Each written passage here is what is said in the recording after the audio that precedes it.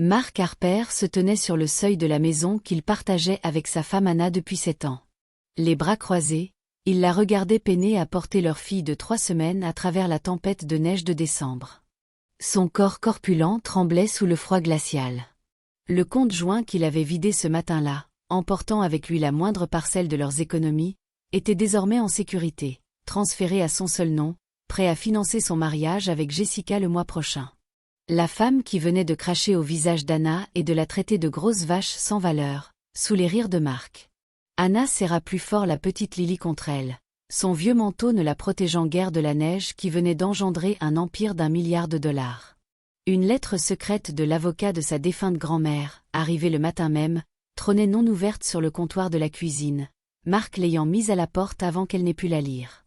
Mais que découvrirait Mark en ouvrant son invitation à sa propre réception de mariage 6 semaines plus tard?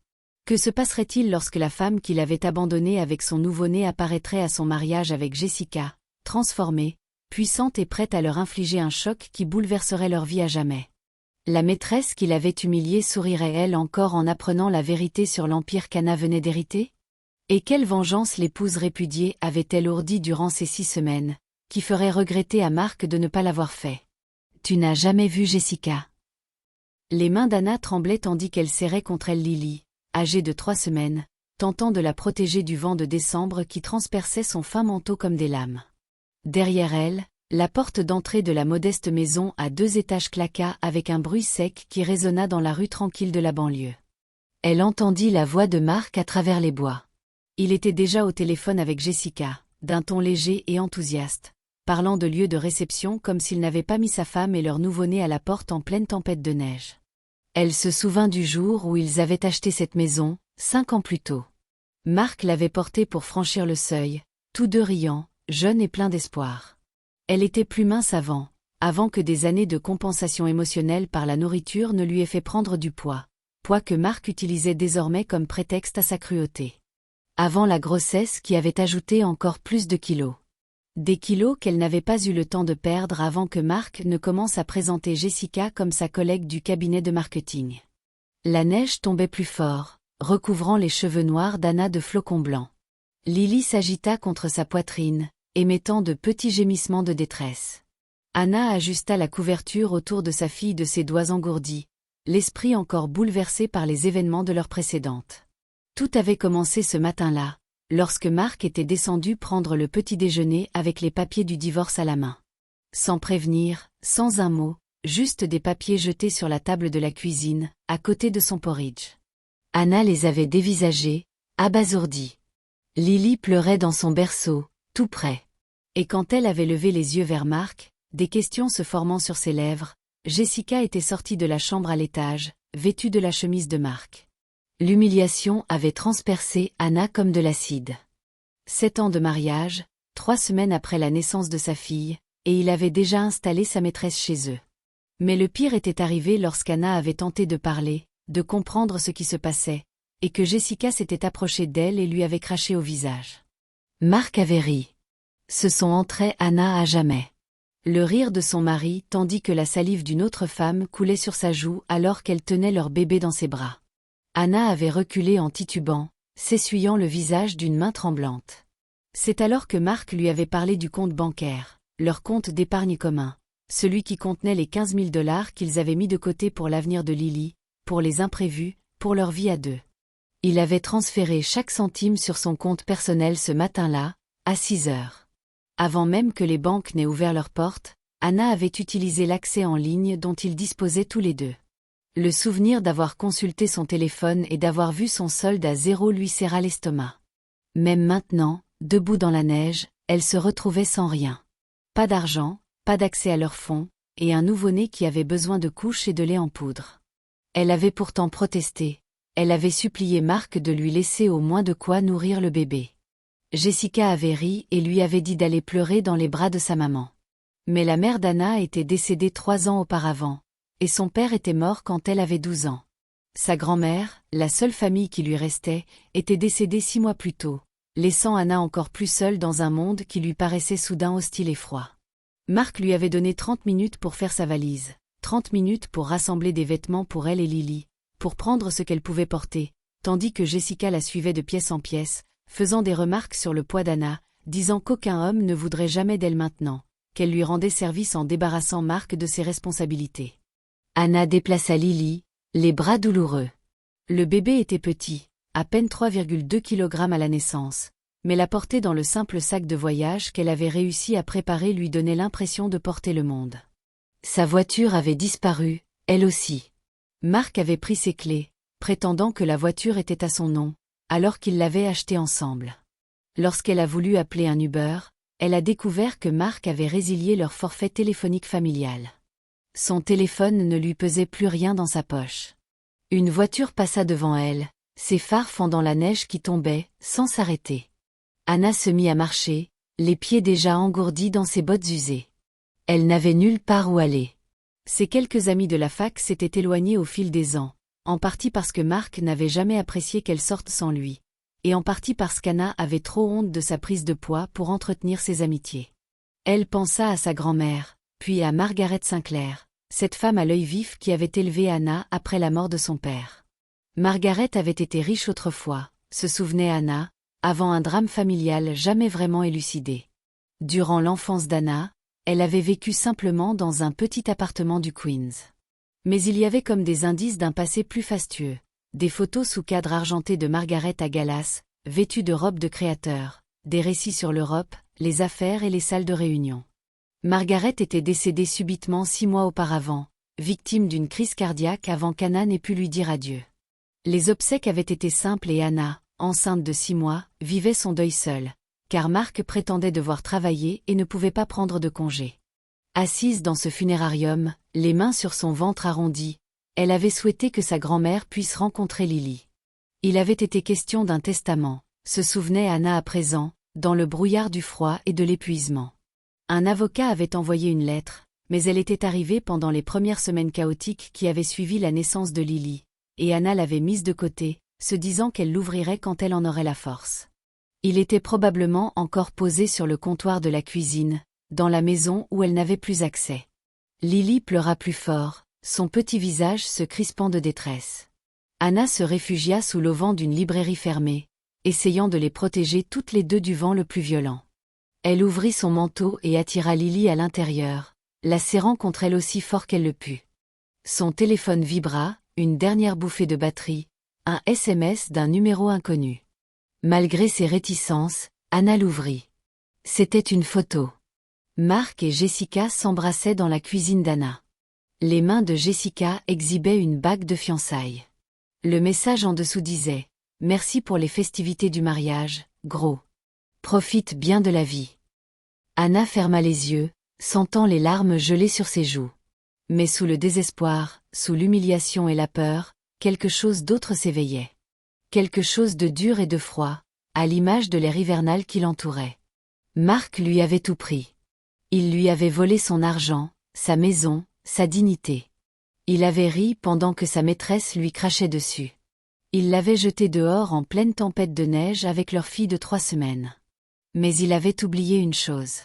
Anna Laurent Harper n'était pas seulement la grosse femme de Mark. Elle n'était pas seulement la femme qu'il avait rejetée. Elle était la petite fille de Margaret Sinclair. Et Margaret Sinclair n'avait jamais élevé une fille qui abandonnait. Son téléphone s'éteignit complètement, l'écran devenant noir. Anna serra Lily contre elle et se remit en marche. Il y avait un refuge pour femmes à 5 kilomètres. Elle avait déjà vu les panneaux. 5 kilomètres en pleine tempête de neige avec un nouveau-né semblait impossible. Mais Anna apprenait que l'impossible n'était qu'un autre mot pour désigner la seule option qui lui restait. Derrière elle, dans la maison à la lumière chaude et au confort volé, Mark était sans doute déjà en train de planifier son mariage avec Jessica, de planifier comment il dépenserait l'argent d'Anna, comment il vivrait dans sa maison, comment ils reconstruiraient leur vie sur les ruines de ce qu'ils avaient détruit. Qu'ils fassent leur plan, pensa Anna, la mâchoire serrée par la détermination malgré le froid qui la transperçait jusqu'aux os. Qu'ils célèbrent, rient et croient avoir gagné. Car au fond d'elle, Anna se souvenait de la phrase préférée de Margaret, répétée sans cesse durant son enfance. Les femmes Sinclair ne cèdent pas. Nous attendons, nous observons, et nous gagnons. Anna ne savait pas encore à quoi ressemblerait la victoire. Mais tandis qu'elle marchait dans la neige, Lily respirant doucement contre sa poitrine, elle se fit une promesse. Mark et Jessica regretteraient ce jour. Ils regretteraient chaque rire, chaque cruauté, chaque instant où ils auraient cru l'avoir détruite. Il lui fallait d'abord survivre à cette nuit. Un pas après l'autre dans la neige, serrant sa fille contre elle, Hannah Laurent Harper avançait vers un avenir incertain. Et même si elle l'ignorait encore, cette lettre, non ouverte, posée sur le comptoir de sa cuisine, allait tout changer. Mark Harper se réveilla le lendemain matin, après avoir mis Hannah à la porte, avec un sentiment de satisfaction qui l'envahit comme une douce chaleur. Jessica dormait encore à ses côtés, ses cheveux blonds étalés sur l'oreiller qui avait été celui d'Hannah. Son corps occupait la place qu'avait occupée sa femme pendant 7 ans. Il s'étira, prenant soin de ne pas la réveiller, et descendit discrètement préparer du café. La maison semblait différente sans la présence d'Hannah. Plus légère, comme par magie. Plus de regards tristes échangés de l'autre côté de la pièce. Plus de silence gênant à l'arrivée de Jessica. Plus d'excuses pour justifier ses heures supplémentaires ou ses week-ends en escapade avec son collègue. Tout était désormais clair et net. Il avait prévu de le faire depuis des mois. En réalité, son attirance pour Jessica avait commencé 1 an auparavant, lorsqu'elle avait rejoint son agence de marketing comme jeune collaboratrice. À 26 ans, fraîche et pétillante, elle avait redonné un coup de jeune à Mark, 33 ans. Elle lui avait rappelé qu'il était avant que le mariage ne l'enchaîne, avant qu'Hannah ne se laisse aller et ne devienne cette femme fatiguée et en surpoids qu'il accueillait chaque soir. La grossesse avait été la goutte d'eau qui avait fait déborder le vase. Hannah avait pris 27 kilos en portant Lily, et après l'accouchement, son apparence s'était encore dégradée. Vergeture, épuisement, constamment couverte de régurgitation, et une allure perpétuellement décoiffée. Jessica, au contraire, était impeccable. Toujours parfaitement maquillée, toujours élégante, toujours prête pour l'aventure. Mark se versa son café et ouvrit son application bancaire, consultant son solde avec satisfaction. 15 000 $ rien que pour lui. Or, Jessica avait des goûts de luxe, et le mariage dont elle rêvait n'était pas donné. Hannah aurait protesté contre une telle dépense. Elle avait toujours été trop pragmatique, trop prudente. Mais Jessica comprenait que la vie était faite pour être vécue pleinement, que les expériences comptaient plus que les économies. Il entendit un bruissement et leva les yeux pour voir Jessica descendre l'escalier, vêtue d'un de ses t-shirts et resplendissante comme une mannequin. Elle lui sourit, ce sourire éclatant qui avait d'abord attiré son attention, et traversa la cuisine pour l'embrasser. « Bonjour, futur mari », murmura-t-elle en prenant sa tasse de café et en buvant une gorgée. « Bien dormi. »« Mieux que depuis des années », admit Mark. C'était vrai. Pas de bébé qui pleurait, pas de soupir ni de mouvement d'Hannah à ses côtés toute la nuit. Juste Jessica, douce, chaleureuse et simple. Jessica posa le café et l'enlaça. « J'ai pensé au mariage. La salle de bal du Waterfront Grand Hall est disponible dans 6 semaines. C'est cher, mais c'est magnifique. D'immenses baies vitrées donnent sur l'eau. Elle peut accueillir 200 invités. 200. Mark haussa les sourcils. C'est beaucoup. C'est notre jour spécial, dit Jessica en faisant la moue. Tu ne veux pas que tout le monde voie notre bonheur? Tu ne veux pas fêter ça? Mark réfléchit aux 15 000 $. Cela couvrirait la majeure partie de la salle et du traiteur, mais pas grand-chose d'autre. Il pourrait toutefois payer une partie avec ses cartes de crédit, ou peut-être contracter un prêt personnel. Son salaire était correct, et sans les dépenses d'Hannah à prendre en charge, il aurait plus de liberté. D'accord, dit-il en l'embrassant sur le front. Ce sera le Waterfront Grand Hall. Jessica poussa un cri de joie et le serra plus fort dans ses bras. Je t'aime tellement. Tu n'es pas du tout comme mon ex. Il était si radin, toujours à se soucier d'argent. Tu comprends que la vie est faite pour être vécue. Mark ressentit une immense fierté. Il n'avait rien à voir avec Hannah. Fini le mari ennuyeux qui comptait ses sous et parlait de sa retraite. Il prenait un nouveau départ. Et c'était formidable. Plus tard dans l'après-midi, pendant que Jessica feuilletait des magazines de mariage, Mark rangeait la cuisine lorsqu'il remarqua une lettre sur le comptoir. Elle était adressée à Hannah Laurent Harper, avec l'adresse de retour d'un cabinet d'avocats, Whittaker et Associates, avocats. Le cachet de la poste datait de 2 semaines. Intrigué, Mark l'ouvrit. La lettre était brève et formelle. Madame Harper, il s'éclaircit la gorge. Par la présente, vous êtes la principale bénéficiaire de la succession de Margaret Sinclair, décédée. Veuillez contacter notre bureau dès que possible afin de discuter de la répartition des biens et de votre héritage. Des documents urgents requièrent votre attention immédiate. Cordialement, James Whittaker, associé principal.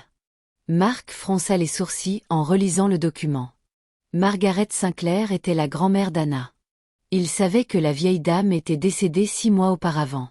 Anna était bouleversée, même si Mark n'y avait pas prêté attention à l'époque. Il était occupé avec Jessica et la grand-mère d'Anna n'était pour elle qu'une personne âgée de plus, décédée comme toutes les personnes âgées. Mais la question de l'héritier principal, de la succession et de la répartition des biens attira son attention. Margaret vivait modestement dans un petit appartement du Queens. Anna avait toujours dit que sa grand-mère n'avait pas beaucoup d'argent, mais les cabinets d'avocats n'envoyaient pas de courrier officiel concernant les successions, sauf en cas d'héritage important. Mark sortit son téléphone et fit une recherche sur Google concernant Margaret Sinclair. Les premiers résultats étaient des nécrologies et des messages de condoléances, mais plus loin, il s'éclaircit la gorge. Enfoui à plusieurs pages de résultats, il trouva quelque chose qui lui glaça le sang. Un vieil article de 1995. Sinclair Aeris renonce à sa fortune après une tragédie familiale. Mark cliqua dessus d'une main tremblante. L'article, bref, provenait d'une revue économique. Margaret Sinclair, 45 ans, unique héritière de la fortune Sinclair, estimée à environ 800 millions de dollars, aurait renoncé à son héritage suite à une série de drames personnels. Selon des sources proches de la famille, Madame Sinclair, profondément affectée par les pertes récentes, a renoncé à son poste au conseil d'administration de l'entreprise et a confié la gestion active de ses actifs à une fiducie. Sinclair Industries, fondée en 1932, produit des composants industriels et possède des usines dans cet état. Il a été impossible de joindre Madame Sinclair pour obtenir ses commentaires. Mark lut le document 3 fois. Le cœur battant la chamade, il constata que 800 millions de dollars avaient été investis en 1995. Quelle serait leur valeur aujourd'hui, 30 ans plus tard? Surtout si cet argent avait été placé dans un fonds géré par des professionnels, et avait fructifié au rythme du marché. Les mains tremblantes, il se mit à la recherche d'informations supplémentaires. Sinclair Industries était toujours en activité, désormais filiale d'un groupe plus important. Il trouva mention de la fiducie que Margaret avait créée dans divers documents commerciaux, mais aucune information précise sur sa valeur actuelle. Son téléphone sonna. Le nom de Jessica s'afficha à l'écran. « Salut chérie », dit-elle d'un ton enjoué. « J'ai trouvé la robe parfaite. Elle coûte 3000 $, mais c'est une Vera Wang, et je suis sublime dedans. On peut? Je dois te rappeler. » Mark interrompit ses pensées qui s'emballaient. « Quoi? » Mark, je suis à la boutique en ce moment, et plus tard, Jessica, il y a eu un imprévu. Il raccrocha avant qu'elle ne puisse protester et composa aussitôt le numéro figurant sur le papier à en-tête du cabinet d'avocats. Une réceptionniste répondit, Whittaker et Associates. Comment puis-je vous aider? Oui, je vous appelle au sujet d'une lettre concernant la succession de Margaret Sinclair. Je m'appelle Mark Harper. Et vous, êtes-vous Anna Laurent Harper? La réceptionniste l'interrompit. Non, je suis son mari. Enfin, son ex-mari. Nous venons de divorcer, mais je suis désolée, monsieur, mais nous ne pouvons discuter des questions successorales qu'avec la bénéficiaire désignée. Si madame Harper souhaite nous parler, elle peut appeler directement. Mais j'ai besoin de savoir pour l'héritage. De combien? Monsieur, je ne peux divulguer d'informations confidentielles concernant un client à personne d'autre qu'à madame Harper elle-même. Bonne journée. La communication fut coupée. Mark fixa son téléphone, l'esprit tourbillonnant. Il venait de mettre Anna à la porte. Il avait dérobé leurs économies communes. Il avait divorcé, l'avait humiliée et l'avait laissée sans ressources. Et elle était sur le point d'hériter d'une fortune qui pouvait valoir des centaines de millions de dollars. Non, dit-il à voix haute dans la cuisine vide. Non. Oh non. Non. Mais même si le déni l'envahissait, il connaissait la vérité. Anna, elle, n'en savait rien. Cette lettre était restée sur le comptoir, non ouverte. La veille, elle était sortie dans cette tempête de neige sans se douter qu'elle était l'une des femmes les plus riches d'Amérique, et qu'il venait de se faire son ennemi. Les 6 semaines suivantes s'écoulèrent dans un tourbillon de préparatifs de mariage qui paraissait de plus en plus vide de sens à Mark.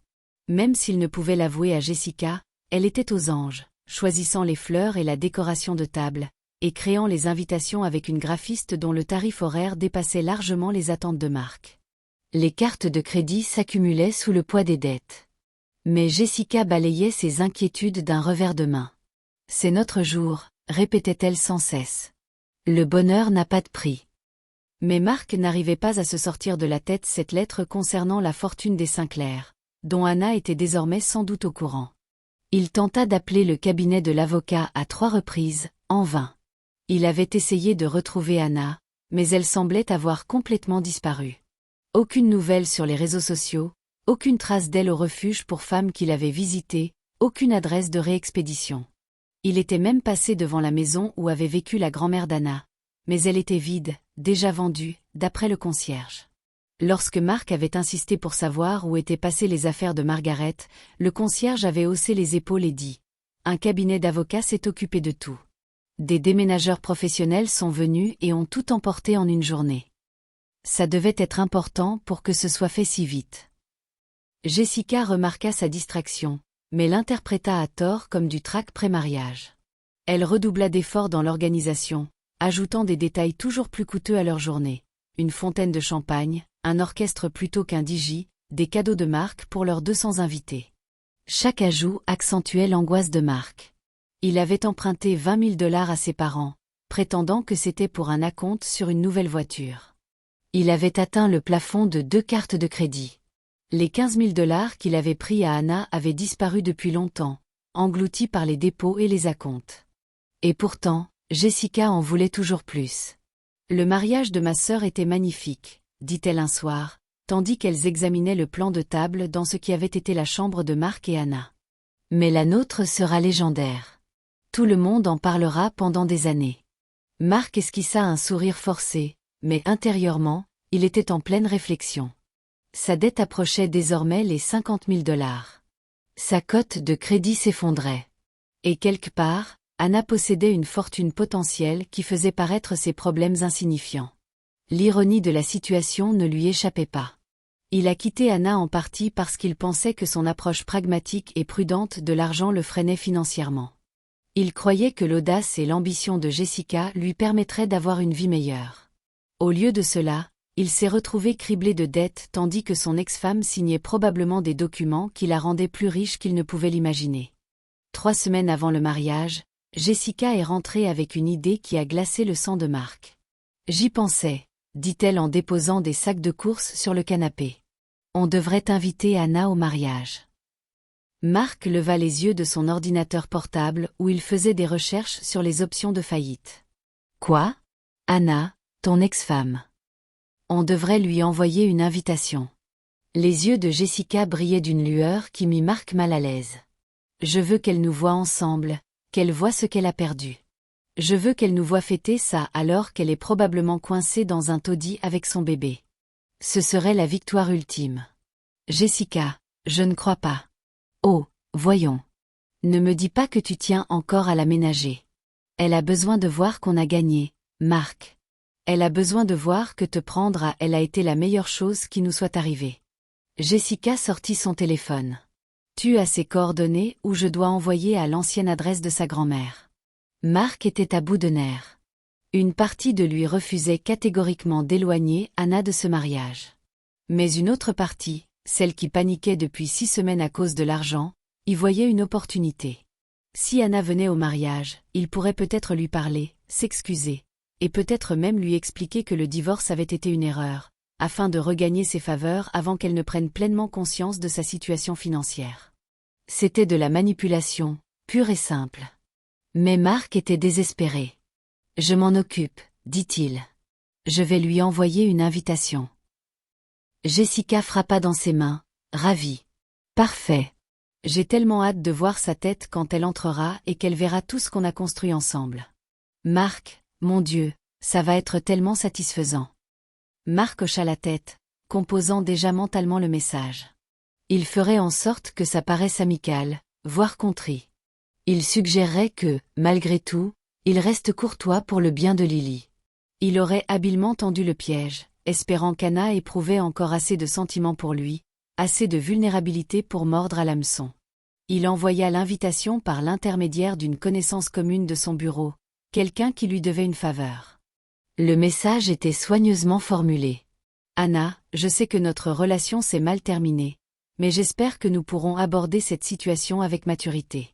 Jessica et moi allons nous marier, et pour le bien de Lily, je pense qu'il serait préférable que nous puissions tous aller de l'avant en toute sérénité.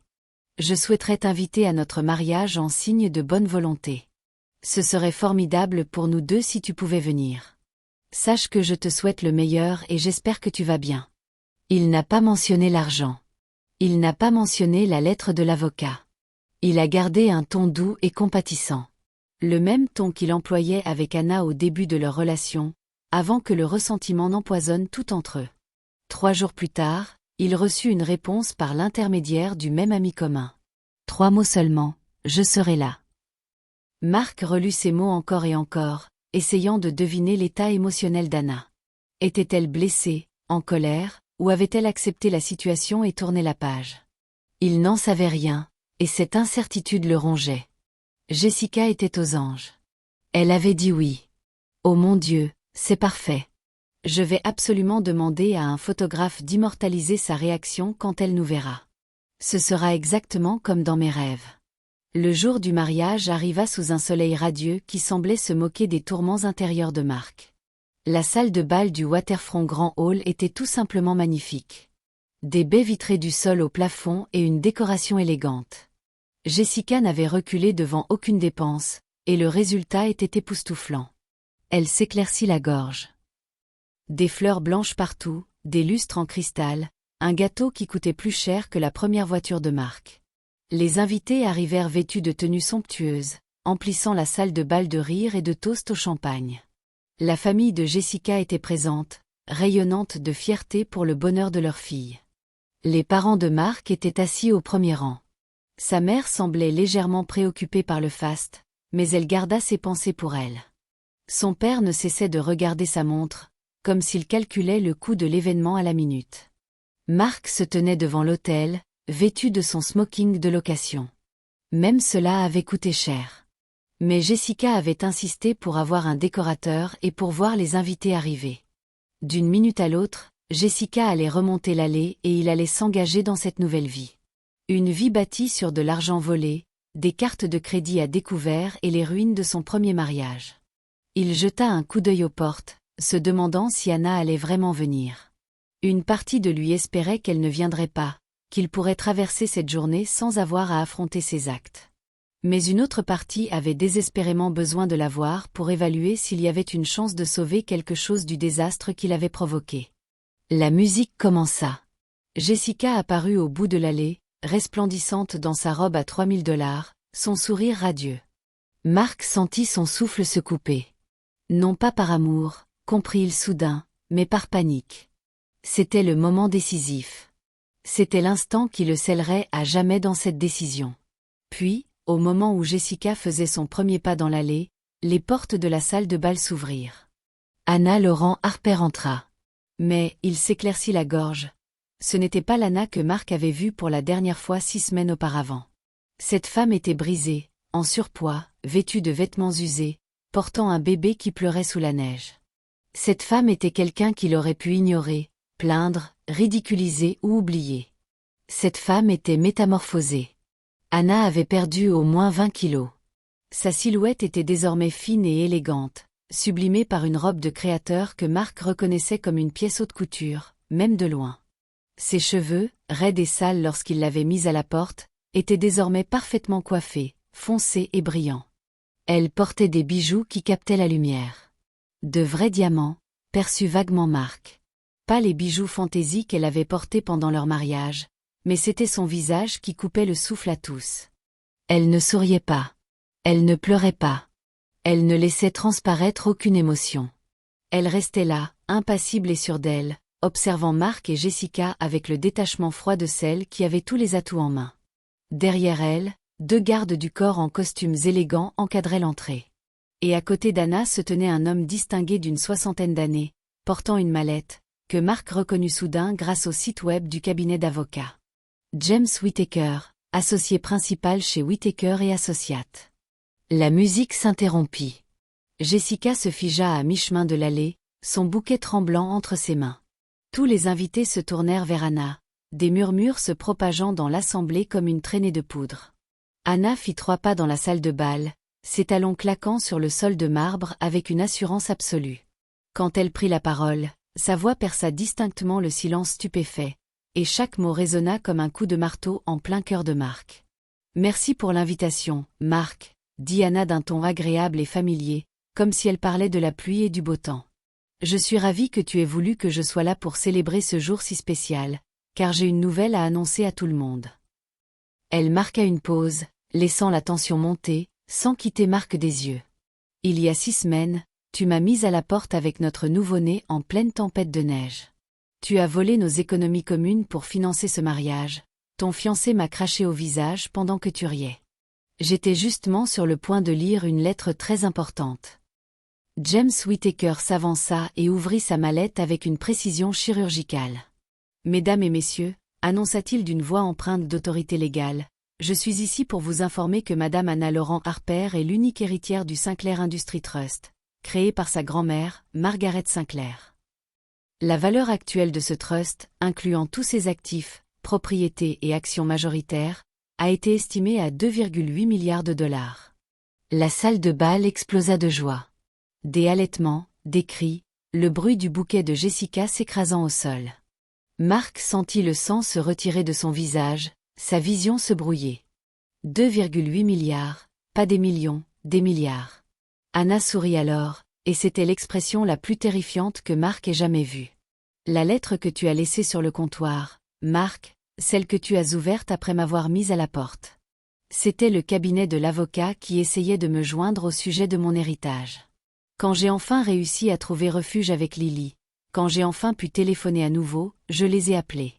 Et sais-tu ce que M. Whittaker m'a dit ? » Elle fit un pas de plus et la foule s'écarta devant elle comme si elle était une reine. « Il m'a dit que ma grand-mère attendait que j'aie un enfant pour me verser l'intégralité de l'héritage. Elle voulait s'assurer que l'argent des Sinclair revienne à quelqu'un qui comprenait le sens de la famille, qui valorisait la loyauté. Et le matin où tu m'as mis à la porte, Mark, c'est le matin où je suis devenue éligible à tout hériter. » Mark tenta de parler, mais aucun mot ne sortit. À côté de lui, son témoin avait reculé de quelques pas, comme pour se dissocier de la situation. « Alors, voilà ce qui va se passer, » poursuivit Anna d'un ton plus dur. « Monsieur Whittaker a déjà déposé plusieurs plaintes en mon nom. L'une d'elles contre toi, Mark, pour détournement de biens matrimoniaux. C'est 15 000 $ que tu as volés. J'ai des preuves de chaque centime dépensé, et en plus de vous rembourser la somme avec les intérêts, vous devrez payer d'importants dommages et intérêts punitifs. Une autre plainte pour fraude sera déposée, car vous avez entamé la procédure de divorce sans révéler que vous viviez déjà en concubinage avec Jessica, ce qui est illégal dans cet État. » Jessica eut un hoquet de surprise. Mark la regarda et vit l'horreur se peindre dans ses yeux lorsqu'elle comprit ce que cela signifiait. « Et Jessica, » dit Anna en se tournant vers la blonde. « Sachez que mes avocats ont également porté plainte contre vous pour agression. Cracher sur quelqu'un est considéré comme une agression dans cet État. Vous serez bientôt contacté par la police. » L'agent de sécurité s'avança, l'un d'eux tenant ce qui semblait être des documents juridiques. Anna n'avait pas terminé. « Mais surtout, j'ai passé les 6 dernières semaines à me renseigner sur l'entreprise de ma grand-mère. Sinclair Industries a des contrats gouvernementaux, des partenariats avec d'importantes entreprises, et ce matin, j'ai passé quelques coups de fil. Mark, ton agence de marketing, celle dont tu es si fier, ton plus gros client, représente 40% de ton chiffre d'affaires. J'ai racheté la société de ce client il y a 2 heures. Vous êtes tous les 2 licenciés sur le champ. » Mark titubait. Son cabinet ne pouvait pas survivre à la perte de son plus gros client, de son salaire, de sa réputation, de sa carrière, tout cela anéanti en une seule phrase par la femme qui l'avait éconduite. Quant à ce mariage, dit Anna en désignant la décoration somptueuse, la fontaine de champagne et le gâteau de créateur. J'ai parlé ce matin avec la direction de la salle. Le Waterfront Grand Hall appartient à une filiale de Sinclair Holdings. Cet immeuble m'appartient, Mark, et j'ai décidé de reverser le loyer que vous avez payé à un refuge pour femmes qui aide les mères et les nouveau-nés. Le même refuge qui nous a accueillis, Lily et moi, il y a 6 semaines, quand vous nous avez mis à la porte. Elle a sorti son téléphone de son sac et l'a montré à la foule. L'écran affichait la photo que Jessica avait envoyée ce soir-là. Mark et Jessica s'embrassaient dans la cuisine. Jessica exhibait sa bague de fiançailles, accompagnée de ce message cruel. « Merci pour la fête de mariage, grosse vache. Profite bien de la rue. » Ce texto m'a été envoyé quelques heures après la naissance de notre fille et mon expulsion de chez moi. Diana, la voix enfin empreinte d'émotion. Pas de douleur, mais de fureur. J'ai eu 6 semaines pour y réfléchir, 6 semaines pour me remettre, pour perdre mes kilos de grossesse, pour me renseigner sur mon héritage et pour préparer ma réponse à votre cruauté. Elle rangea son téléphone et sourit de nouveau. Ce sourire terrible et puissant. Félicitations pour votre mariage, Mark et Jessica. J'espère que vous prendrez plaisir à expliquer à vos 200 invités pourquoi la cérémonie est annulée, pourquoi vous avez tous les deux perdu votre emploi et pourquoi vous allez passer les prochaines années au tribunal. J'espère que les 15 000 $ que tu m'as volés en valaient la peine. Anna se retourna pour partir, ses talons claquant sur le sol. Mais elle s'arrêta à la porte, jetant un dernier regard en arrière. Oh, et Mark, sache que la première chose que j'ai faite avec mon héritage, c'est de créer un fonds fiduciaire pour Lily. Elle ne manquera jamais de rien. Elle ne sera jamais vulnérable comme tu as essayé de me rendre vulnérable. Elle n'aura jamais besoin de toi. Sur ces mots, Anna Laurent Harper, le milliardaire, il s'éclaircit la gorge à Iris, et la femme dont Mark Harper s'était moqué alors qu'elle traversait une tempête de neige, quittèrent la salle de bal et disparurent de sa vie à jamais. Derrière elle, le chaos. Jessica pleurait, le mascara coulant sur ses joues. Mark s'était effondré sur une chaise, la tête entre les mains. Les invités sortaient frénétiquement leur téléphone, envoyant SMS et appels, répandant la nouvelle de l'interruption de mariage la plus spectaculaire de l'histoire de la ville. Au milieu de la foule, le père de Mark se tourna vers sa mère et murmura « Je crois que notre fils vient de commettre la plus grosse erreur de sa vie. » Dehors, Anna monta dans une Mercedes noire où Lily l'attendait avec une nounou, dormant paisiblement dans son siège auto. Anna contempla sa fille, âgée de 7 semaines, en pleine santé et en sécurité, et sentit une douce quiétude l'envahir. Pas tout à fait la paix, mais presque. « Madame Harper » dit respectueusement son chauffeur. « Où exactement ?» Anna songea à l'avenir qui s'étendait devant elle, à l'empire qu'elle contrôlait désormais, aux opportunités qui s'offraient à elle, à la vie qu'elle pourrait construire pour elle et Lily. Elle pensa à Mark et Jessica, au karma qui les avait rattrapés de la manière la plus spectaculaire qui soit. « Chez moi », dit-elle enfin. Pas la maison qu'elle avait partagée avec Mark, qu'elle avait déjà prévu de vendre. Pas l'ancien appartement de sa grand-mère, chargé de trop de souvenirs, mais un pantouse qu'elle avait acheté la semaine dernière à Manhattan, avec vue sur la ville et suffisamment d'espace pour que Lily puisse grandir entourée d'amour et de sécurité. Alors que la Mercedes quittait Waterfront Grand Hall, Anna Laurent Harper esquissa un sourire. L'épouse corpulente que Mark avait jetée dans la neige avait disparu à jamais. À sa place se tenait une femme qui avait appris que la meilleure vengeance n'était ni la colère ni la rancune, mais simplement le fait de devenir si puissante que ceux qui vous avaient fait du mal ne pourraient plus jamais vous atteindre. Quant à la suite, c'est une autre histoire.